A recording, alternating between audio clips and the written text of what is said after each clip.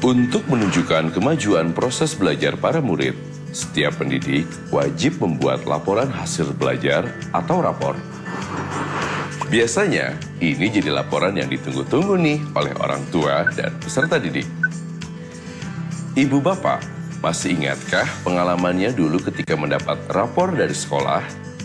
Ingat rasa penasaran atau harap-harap cemas melihat nilai akhir yang kita dapatkan? Tapi, apakah hasil belajar cukup hanya disampaikan dalam bentuk nilai angka saja?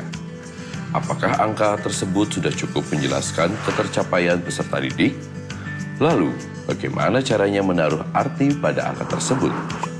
Pada prinsipnya, laporan hasil belajar atau rapor perlu berisi informasi mengenai pencapaian hasil belajar peserta didik. Dalam prinsip asesmen, ada 4 kriteria laporan hasil belajar yang baik, yaitu sederhana dan informatif, memberikan informasi yang bermanfaat, berisi kompetensi yang ingin dicapai, terdapat strategi atau rekomendasi tindak lanjut bagi pendidik, satuan pendidikan, dan orang tua.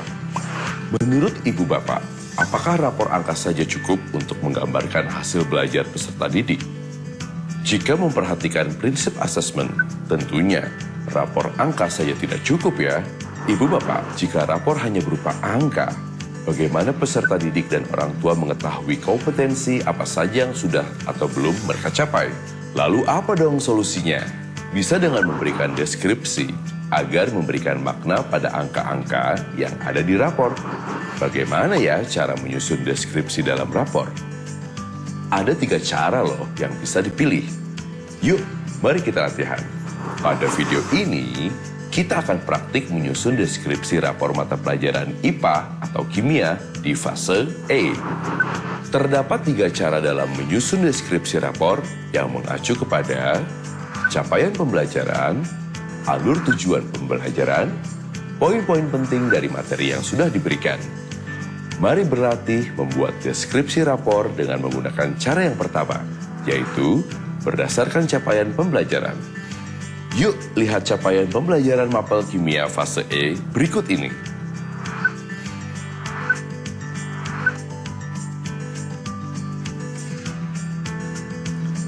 Dari hasil pengolahan asesmen, kompetensi yang sudah dicapai Putra diantaranya mengidentifikasi, mengajukan gagasan, dan mengkomunikasikan. Namun, Putra perlu meningkatkan kompetensi dalam merancang solusi dan mengambil keputusan. Untuk bisa membuat deskripsi yang lebih spesifik, silahkan Bapak Ibu lihat pada dokumen capaian pembelajaran per fase, khususnya di bagian CP per fase berdasarkan elemen. Dengan demikian, deskripsi yang dituliskan dalam rapor adalah sebagai berikut.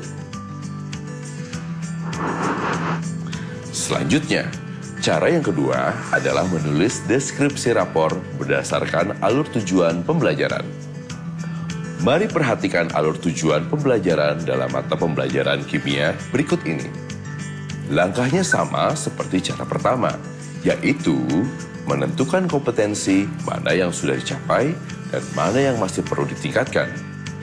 Namun, yang membedakan, yang dianalisa di sini adalah kompetensi yang lebih spesifik berdasarkan ATP. Berdasarkan analisa, capaian kompetensi yang sudah dicapai Putra, yaitu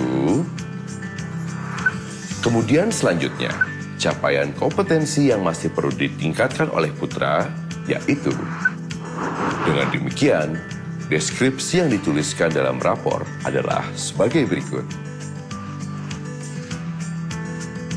Mari kita berlanjut ke cara yang terakhir, yaitu membuat deskripsi rapor berdasarkan poin penting dari materi yang sudah diberikan.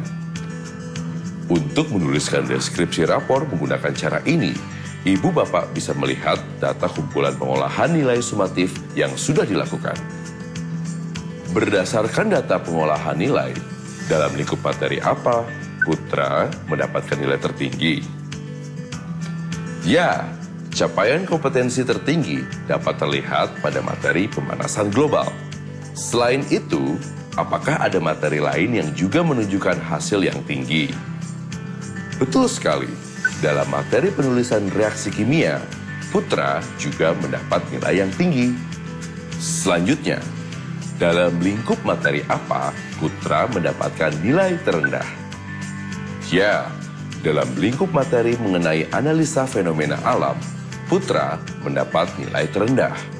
Dengan demikian, deskripsi rapor dapat ditulis sebagai berikut. Bagaimana Ibu Bapak? Apakah sudah siap untuk menulis deskripsi rapor?